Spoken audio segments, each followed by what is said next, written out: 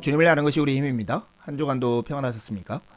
오늘은 팀켈러의 하나님을 말하다 중에서 제14장 영원한 삶, 우리를 위해 준비된 돌아갈 곳이 있다 라는 주제를 함께 나누겠습니다.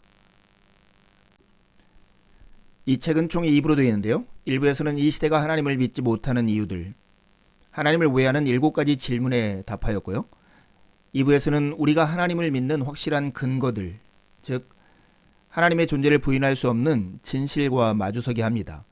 오늘은 그 마지막 영원한 삶, 우리를 위해서 준비된 돌아갈 곳이 있다라는 주제를 나눌 차례인데요.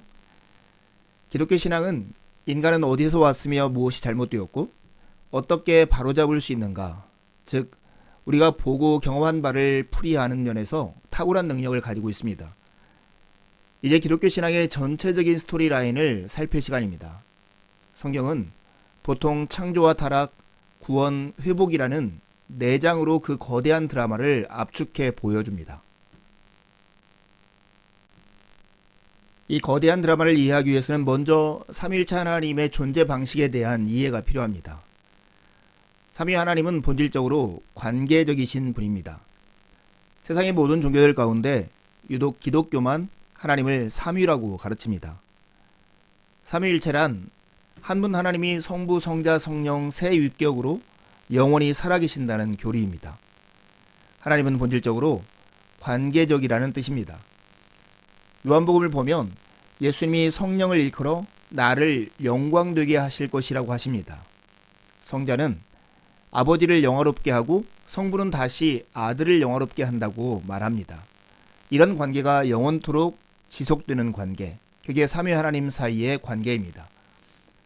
무언가 또는 누군가를 영화롭게 한다는 말을 생각해 보십시오. 이 말은 상대를 찬양하고 즐거워하고 그 안에서 기뻐한다는 것을 가리킵니다. 또한 상대를 섬기고 따른다는 뜻이기도 합니다. 상대방을 희생해서 나의 행복을 추구하는 대신 손해를 감수하면서까지 상대를 즐겁게 해주려고 합니다. 이것이 삼위 하나님 사이의 관계의 모형입니다. 하나님은 자기가 아니라 다른 위격을 중심으로 움직이십니다. 자기 중심은 움직임이 없는, 그러니까 정지 상태이죠. 남들한테 자신을 중심으로 돌아가길 요구합니다. 자신의 목표를 채우고 만족을 얻는 데 도움이 되는 경우에만 남들을 위해서 무언가를 하고 애정을 쏟습니다. 하지만 삼위일체 하나님의 내면 생활은 완전히 다릅니다. 삼위일체의 삶은 자기 중심이 아니라 서로 자신을 베푸는 사랑이 특징적으로 나타납니다. 누군가를 즐겁게 하고 섬기면 그 주위를 두는 다이내믹한 궤도 속에 들어가게 됩니다. 상대의 이익과 소망을 중심에 두게 된다는 뜻이죠.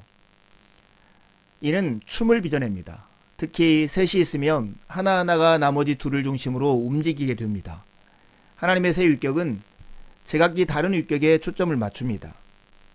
제각기 자원에서 다른 위격의 주위를 돌면서 사랑을 쏟고 기쁘게 하고 경배합니다.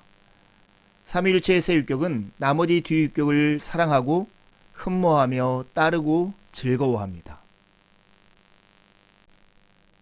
이와 같은 하나님의 존재 방식에 비춰볼 때 자기 중심적인 성향은 하나님이 만드신 기본 구조를 파괴하는 것입니다.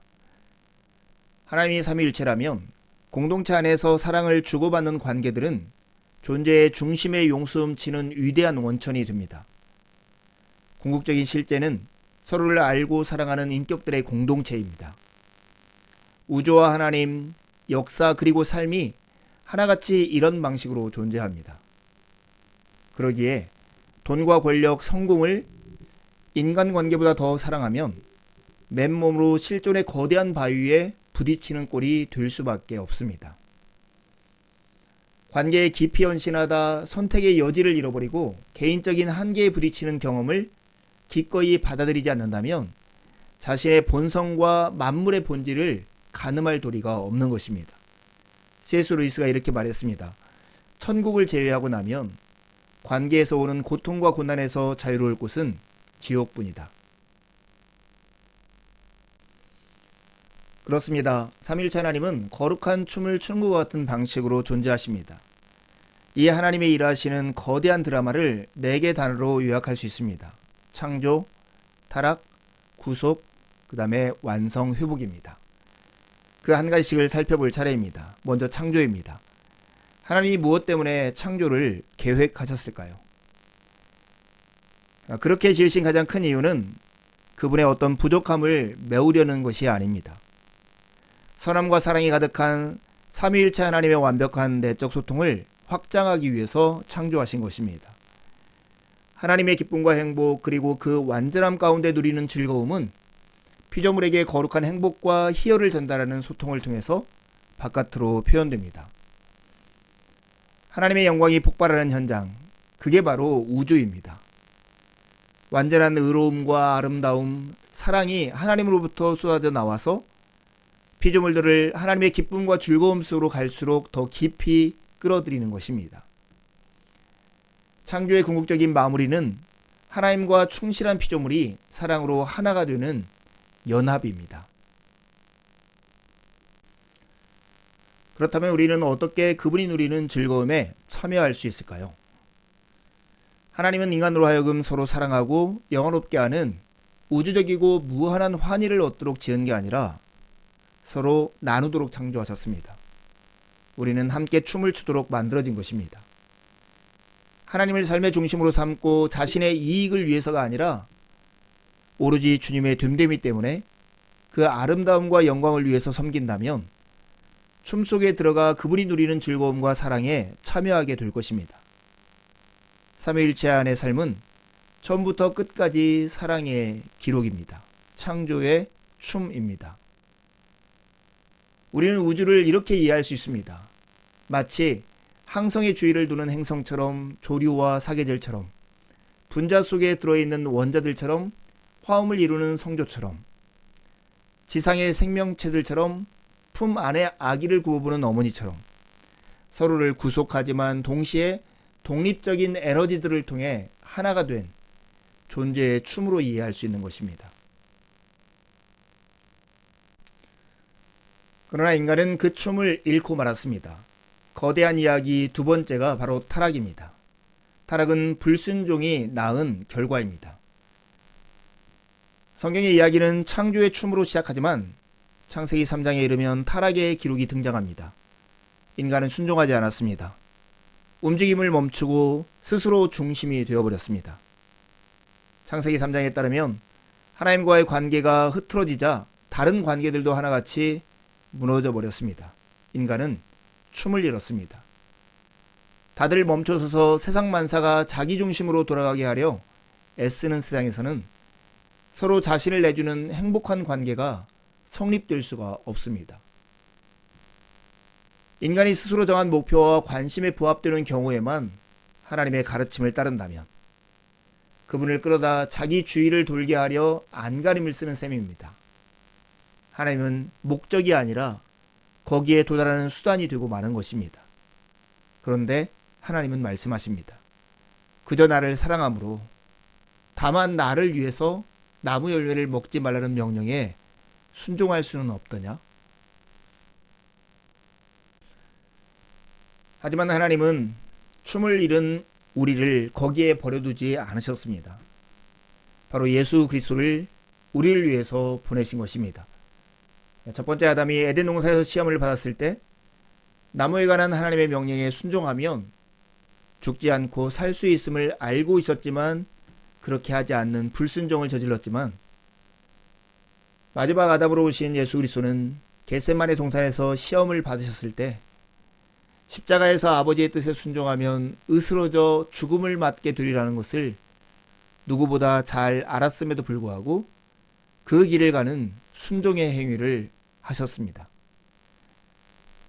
하나님의 아들은 새로운 인류, 그러니까 자기 중심을 내버리고 하나님 중심의 삶을 시작하며 그 열매로 느리지만 확실하게 다른 관계들도 모두 바로 세울 그런 이들의 공동체를 출범시키려고 세상에 오셨습니다.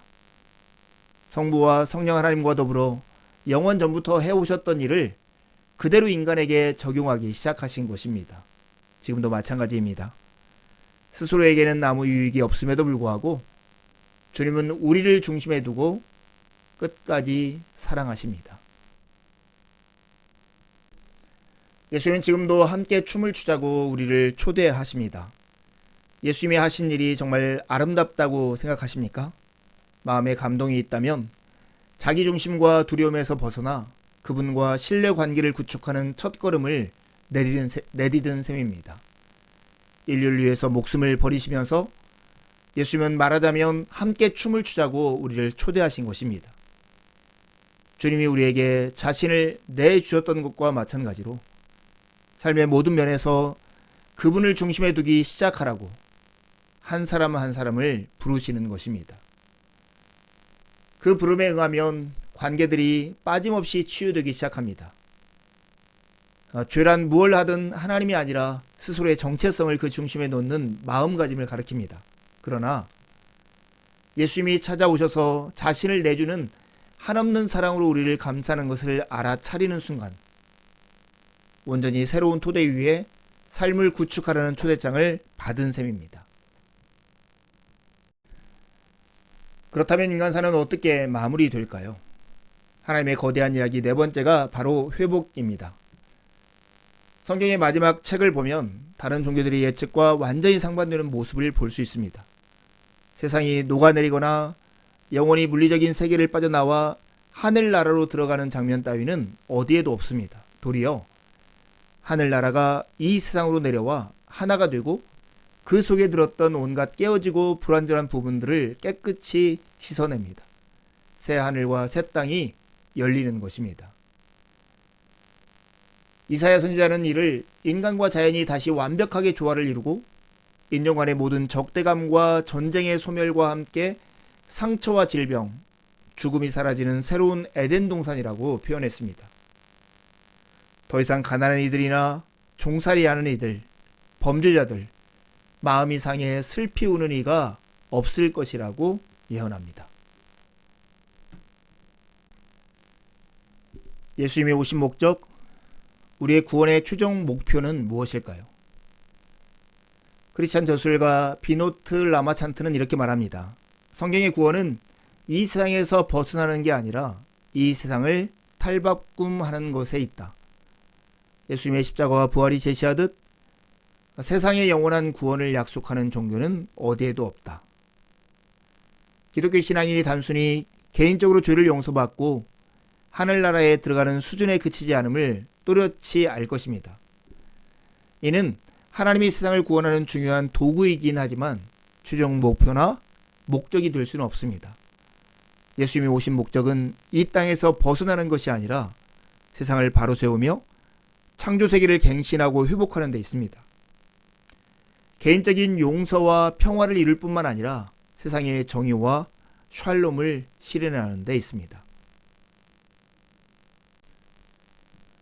그렇다면 우리는 어떻게 반응해야 할까요? 크리스천의 삶이란 다른 모든 사람들에게 신앙을 가지라고 권해서 기독교 공동체를 세울 뿐만 아니라 정의와 섬김을 실천해 인간 공동체를 굳세게 형성하는 것을 가리킵니다. 크리스천은 정의와 진리를 위해 일하는 참다운 혁명가들입니다. 우리는 완전한 세상이 오기를 기대하는 마음을 품고 수고를 아끼지 않습니다. 신앙을 갖는 것은 이야기의 끝이 아닙니다. C.S. 루이스의 표현처럼 여태 거쳐온 온갖 모험들은 사실 표지와 제목이 적힌 속표지에 지나지 않습니다. 이제 주님과 함께 춤을 추어보십시오. 두 가지 질문을 하고 마치려 합니다. 삼위일체 하나님은 본질적으로 관계적이십니다. 이 같은 하나님의 존재 방식을 무엇에 비유할 수 있을까요? 두 번째 질문입니다. 우리를 둘러싼 메가스토리 4단계가 있습니다.